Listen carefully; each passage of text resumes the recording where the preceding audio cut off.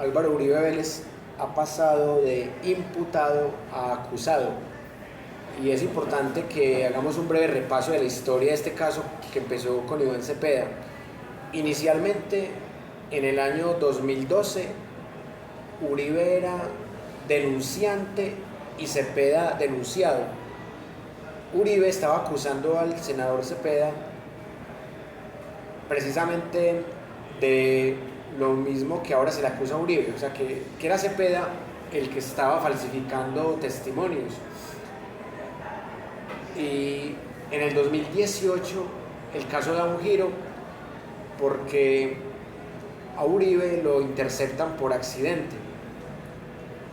Estaban tratando de interceptar a un representante de la Cámara llamado Nilson Córdoba Manyoma y por accidente se encontraron con una línea telefónica de Uribe. Inicialmente se había dicho que 35 días, pero luego Uribe dijo que fueron 32 días. Entonces durante 32 días escucharon miles de mensajes de Uribe. Y ahí fue cuando Uribe dejó de ser denunciante y se volvió denunciado. Y esa es la primera etapa procesal, denunciado. Y ya aparecieron nuevos acervos probatorios,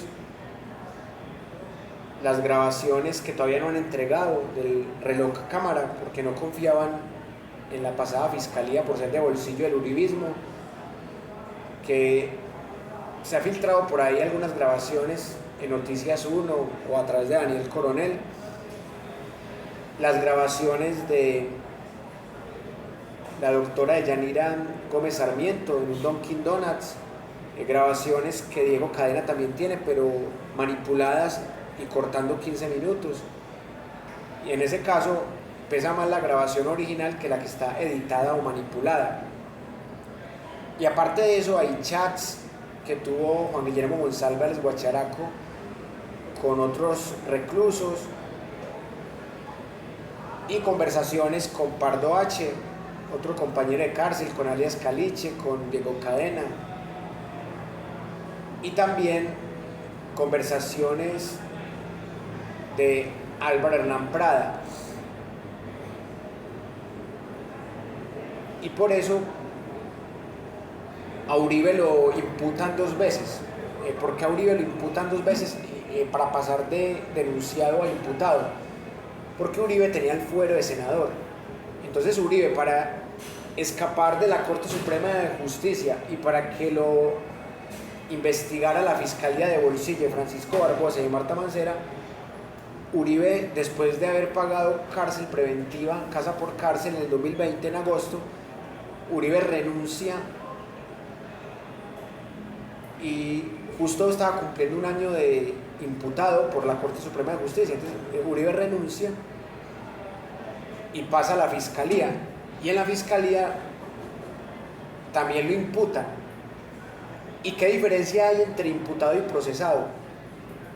Depende la cantidad de años que se pague por un delito. Y como estos delitos no pasaban de 9 años, individualmente hablando, si fueran delitos de lesa humanidad seguramente hubiera sido procesado, pero a Uribe a veces le dicen procesado, pero el término correcto era imputado. Entonces a Uribe lo imputan dos veces, porque al cambiar de fuero, ella lo imputa la Fiscalía en agosto de 2020. Y se supone que un delito de estos precluye por no ser de lesa humanidad cuando se cumple la mitad de lo que él pagaría de cárcel. O sea que, según la imputación de la Corte Suprema de Justicia, el 9 de octubre de 2025 se prescribiría. Pero si se tiene en cuenta la imputación de la Fiscalía, prescribiría ya en 2026. O sea que a Uribe le conviene que le cuenten la imputación de la Corte, no de la Fiscalía. Entonces, eso se va a volver una pelea tremenda en este juicio. Y ya cuando a Uribe le imputan, le asignan 5 fiscales. El primero, que nuestro amigo aquí lo padeció, Jaimes. Nuestro amigo aquí, Alexander Obregón Rentería, fue víctima de Jaimes. Ramón Jaimes Durán. Jaimes Durán dice que Uribe es inocente y que no hay nada y que el caso debe precluir. Pero, por fortuna, esto se lleva a tribunales de jueces que tumban lo de Jaimes. Luego llega otro que es más uribista que Uribe, también de la misma corriente de Jaimes, que es Francisco Cárdenas. Lo mismo, dice que Uribe es inocente, que se le violó el debido proceso, y otra vez los jueces le tumban la segunda preclusión. Ya el año pasado, a finales, nombran a Andrés Palencia, que ese investigó a Uribe 3 meses, y justo el día que debía decidir si pedía la tercera preclusión o lo acusaba formalmente, renunció, dizque porque se le enfermó la familia. Vaya uno a saber de qué se le enfermó la familia, se le enfermó de las amenazas recibidas o qué. Entonces Palencia hizo perder 3 meses más. Después llegó Salcedo, que este es el más uribista de todos, porque había publicado en redes sociales y en un portal en internet opiniones a favor de Uribe sobre el mismo caso que él iba a investigar 3 meses. O sea, Barbosa nombró a un tipo que públicamente había defendido a Uribe, a Iván Duque, a Francisco Barbosa, a Marta Lucía Ramírez, y por eso lo obligan a declararse impedido, con la presión de Villalba, de Miguel Ángel del Río. Y entonces ahí nombran el 5º fiscal, que es el actual, que también lo designa Francisco Barbosa, que es el señor Gilberto Villarreal. Y este señor estudia el caso 3 meses, pero en esos 3 meses se da el cambio de fiscalía. Llega la fiscal que eligió la Corte Suprema de Justicia tras la terna que recomendó Gustavo Petro. Entonces, ahí llega Villarreal, y Villarreal por fin rompe esa cadena de los 4 pasados fiscales y dice que Uribe sí debe ser acusado, o sea, que debe ser pasado de imputación a acusación en juicio. Y esta decisión la toma el 9 de abril, que es el Día de las Víctimas, y el día que se cumple un año más del magnicidio contra Gaitán. Entonces el 9 de abril lo llama a juicio, y ya la primera audiencia de ese juicio fue el viernes pasado, y hoy es la segunda audiencia, que seguramente se va a ir hasta las 10, 11 de la noche, porque recuerden ustedes que la audiencia pasada también se fue hasta esa hora. Obviamente pues aquí no la podemos analizar, pero por eso la paré. Ya ustedes en sus casas la seguirán analizando. Pero ¿qué implicaciones tiene? Ya como para terminar la clase de hoy, que Uribe haya pasado de denunciante a denunciado, de denunciado a imputado, de imputado a acusado, y ojalá de acusado a condenado. Wilmer, Sí. en estos enfrentamientos que yo he tenido con funcionarios públicos, Sí. ellos manejan algo que llaman mordaza. Usted los denuncia y ellos inmediatamente le colocan a usted otra denuncia y convierten a la víctima en verdugo. Eso es lo que hizo Uribe, y el tiro le salió por la culata. Hay que resaltar que el papel de la juez en este momento está operando como la diosa Temis. Le negó la nulidad y declaró víctima a las personas que ellos no querían que fueran declaradas como víctimas. 3 más aparte de Jan Cepeda. Si esa señora lo condena, ahora viene el cuento de los tiempos. Y todos esos tiempos están relacionados con las dilaciones del señor Jaime Granados, de Jaime Lombana y los asesores que tiene. Y del procurador. O sea, es que Uribe tiene 3 abogados. O sea, es que el tipo tiene 4 víctimas, 3 delitos diferentes, que el tercer delito se lo tipificaron apenas el viernes pasado, y tiene 3 abogados. Pero ese procurador debería ser neutral, pero ese procurador es otro abogado, y antes de que estuviera tuvo 4 fiscales que eran abogados de él también. O sea, Uribe tenía 4 abogados y 2 que deberían ser aparentemente neutrales. Pero respecto a lo que dice Alexander Obregón Rentería. Ya también lo dijo el abogado penalista Miguel Ángel del Río, Uribe está hundido, o sea, Uribe solamente se salva si no le combinan delitos. Es la única forma que esto le prescriba. Si le tienen en cuenta la imputación de la Corte Suprema de Justicia, esto prescribe el 9 de octubre del año entrante. Si le tienen en cuenta la imputación de la Fiscalía, precluye en octubre, pero el año más arriba, o sea, que tienen un año más para meterlo en la cárcel. Pero la única forma que tiene Uribe de salvarse es que se dé vencimiento de términos en el entendido de que son delitos, 3 delitos que no son de lesa humanidad. Pero Salvatore Mancuso fue citado para el juicio oral seguramente. Pues no sé en qué etapa van a meter a Salvatore Mancuso, no tengo conocimiento al respecto. Pero si es un caso de manipulación a testigos, de fraude procesal, de soborno, Mancuso, ¿qué podría aportar? Se supone que a Mancuso lo iban a citar como un testigo a favor de Uribe y en contra de Cepeda, de Piedad Córdoba, por una visita que le hicieron allá en Estados Unidos a Mancuso. Miren ustedes la triquiñuela.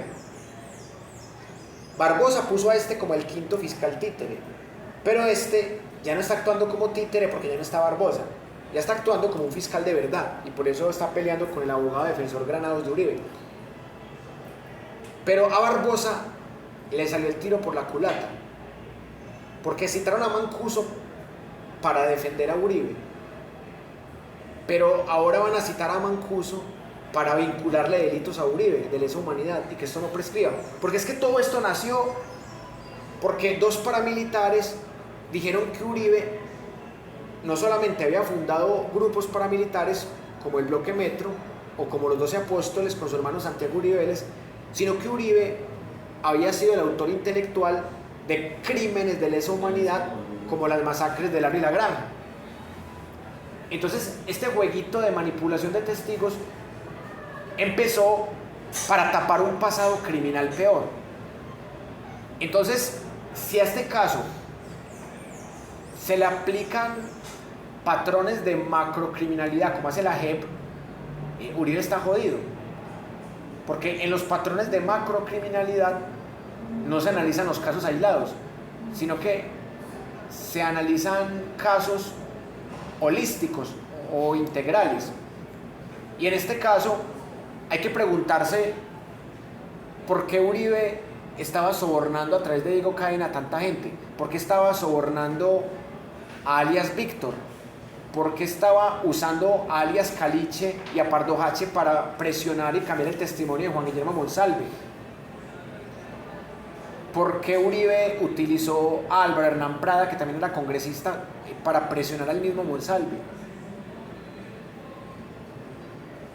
Esa obsesión de presionar testigos es para tapar fundación de grupos paramilitares y participación como autor intelectual en crímenes de lesa humanidad.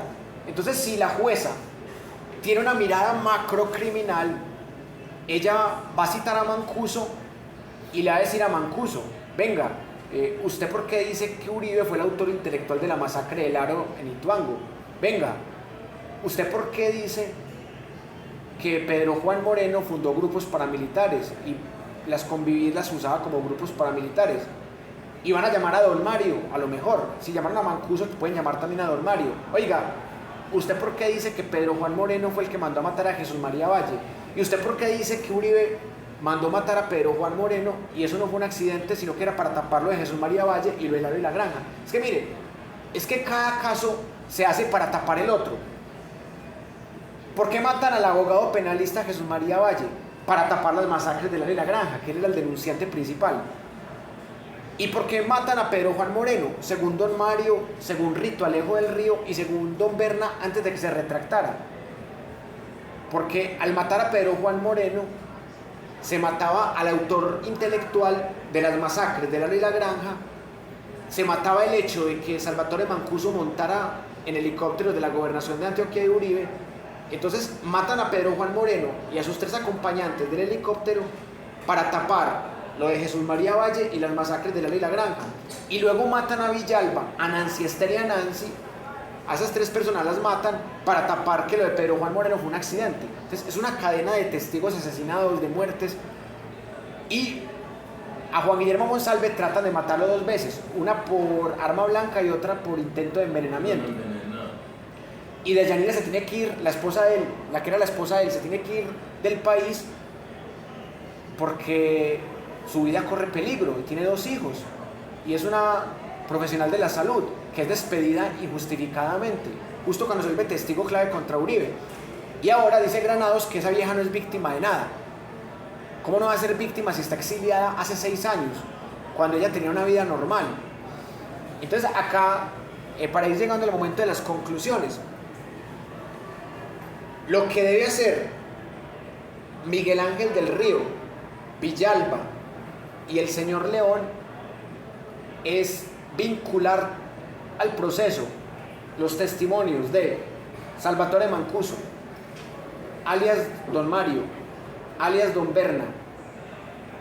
También vincular las declaraciones de Macaco y a través de esas declaraciones, acompañadas con las de Salvatore Mancuso, empezar a mostrar que Uribe cometió estos delitos para tapar delitos más graves de lesa humanidad. Y así, en octubre, sea del 2025 o del 2026, esto no prescribiría.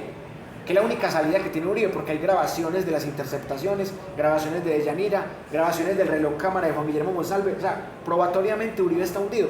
Por eso es que Granados tiene que utilizar la verborrea jurídica leguleya somnolienta. Por eso es que ustedes escuchan a Granados y no que la hermenéutica y el principio de oportunidad y la epistemología. O sea, ¿por qué el man habla así? Porque el man está tratando de enredar, porque probatoriamente está hundido. No le queda más que pedir nulidades, que hacerse la víctima y decir que su cliente es la víctima porque está perdido. La única opción que tienen es esa. Y por otro lado, los representantes de víctimas, como esta gente es experta, como el abogado Diego Cadena Cancino, en inventarse diarreas, espere que ya van a venir las dilaciones más delicadas. No, que es que Uribe tiene diarrea. No, que Granados tiene diarrea. No, es que Granados no tiene internet hoy. O sea, ya van a empezar a aplazar, para que el juicio oral se retrase por lo menos 2 años y le prescriba y se salve Uribe. A no ser de que logren vincular bien el testimonio de Mancuso y los otros paramilitares. Entonces, esa es la lectura que yo tengo. Bueno, ¿qué otra lectura tienen? Antes de que pasemos al momento de las conclusiones, ¿qué otra lectura tiene Alexander? Wilmer, esto tiene un rótulo bien especial. No necesita tener usted como un conocimiento muy extenso de este tipo de juicios. Esto emula al submundo del crimen organizado, de las mafias. Es evidente que se le está haciendo un juicio a un capo de tutti capo. Todas esas muertes de testigos, esos intentos en vano de endilgarle responsabilidades a alguien que no las tiene, de compra de testigos, donde hay dinero de por medio, es típico del submundo del AMPA, el crimen organizado de la mafia. Si se hace un recorderis cuando la época siniestra del señor Pablo Escobar, así funcionaba todo. Una denuncia, mataban el testigo. La mafia italiana. Sí, así un juez sin rostro, o sea, no le mostraron al juez el rostro y aún así lo mataron. Es que hoy mataron al juez sin rostro. Es que ¿cómo hicieron para saber quién es el juez sin rostro? Hay un infiltrado, Ahí se me faltaron 2, vea, alias Hop, otro paramilitar que era testigo contra Uribe, asesinado. Alias Hop, asesinado. Y otro que se salvó de que lo mataran, Pablo Hernán Sierra, alias Alberto Guerrero o Pipintá, que también lo mencionan ahí. El cacique Pipintá, otro que se salvó de que lo mataran. Y todavía faltan más. O sea, hay otros que también mataron sospechosamente. Areiza, que primero dijeron que estaba vinculado como testigo contra Cepeda y se iba a retractar, y él dijo que si se retractaba lo mataban, y lo mataron, que lo mataron en Bello, Antioquia. Areiza. Iba a decir en medios de comunicación a través de las plataformas que era un buen muerto. Un buen muerto, Areiza. Era un bandido, era un delincuente, que era un buen muerto. Era un buen muerto. Día estaba hablando diciendo que el señor trágicamente murió. Entonces la gente no recuerda, más que todo cuando va a esas universidades a hacer esas campañas de intentar limpiar su nombre, de drenar lo que es imposible de drenar. Ya presenta a todas esas posibles personas que él pudo haber mandado a ultimar y las ve como... Y hay otros, que son el testigo contra el hermano, por ejemplo, Meneses, otro que también trataron de matar y se salvó. Meneses, que está exiliado. Entonces, son varios. Por eso le digo yo que esto aquí son puros pañitos de agua tibia, esto es una bobada, y va a pasar lo mismo que con Al Capone, que lo van a seguir condenando por un delito menor, por evadir impuestos, cuando tenía crímenes de lesa humanidad también. Wilmer, pero este juicio es la llave que le abre la puerta a un infierno al Álvaro Uribe Vélez, recordando a Dante Alighieri. Si es que una diarrea no lo mata antes, puede que una diarrea lo mate en la Divina Comedia, que Dante contó con un Virgilio, pero aquí la producción de Virgilios ya se acabó para, ¿cómo es que le dice la doctora? El culibanito bandido. Sí, y mucho ojo ahí que hay varios que pueden ser vinculados a este proceso. Incluso también está el que dice que el prófugo de la justicia Luis Carlos Restrepo mató a Vicente Castaño por orden de Uribe. También está el testimonio de Pipintá en ese sentido. Pues hay varios que sostienen que a Vicente lo desaparecieron fue desde la casa de Nariño. Otra cosa también que está ahí, que se podría vincular. Bueno, hemos llegado al momento de las conclusiones. Yo tengo dos para compartir con ustedes. La primera, que después de estudiar noticias falsas, neuromarketing electoral y también el tema de los clanes, podemos notar que hay un patrón que transversaliza todos los temas, que es la mafia. La mafia que ordena que haya noticias falsas, que las masifica, la mafia que manipula el cerebro reptiliano o el cerebro más instintivo, el más fácil de manipular desde las emociones, el más fácil para matar la razón, y la mafia que mueve todos estos clanes, esos expedientes oscuros de abogánsters, de mafia, de crimen organizado. Y la última, que nuestra tarea como ciudadanía libre es investigar por nuestros medios la historia de estos procesos. ¿De dónde viene Granados? De defender un fiscal que tenía vínculos con los paramilitares, como Luis Camilo Sorizaza. O sea, este señor, por eso le llaman abogánster. Abelardo de la Espriella, Diego Cadena, Granados, Lombana, Cancino, son puros abogánsters. Son especialistas en defender narcoparamilitares o mafiosos. De ahí no salen. O politiqueros corruptos. Por eso les llaman abogánster. No es un insulto. Es porque los hechos demuestran cuál es la calaña. Entonces, como ciudadanía libre, crítica e informada, tenemos que seguir investigando por nuestras cuentas todos los lazos y todo lo que hay más allá de esto. Esto es solamente la punta del iceberg de todo lo que se puede descubrir en el narcoestado colombiano. Y solo así, como les dije ahora, podemos construir esa sociedad más democrática en lo político, más incluyente en lo social, más equitativa en lo económico y más sostenible en lo ambiental.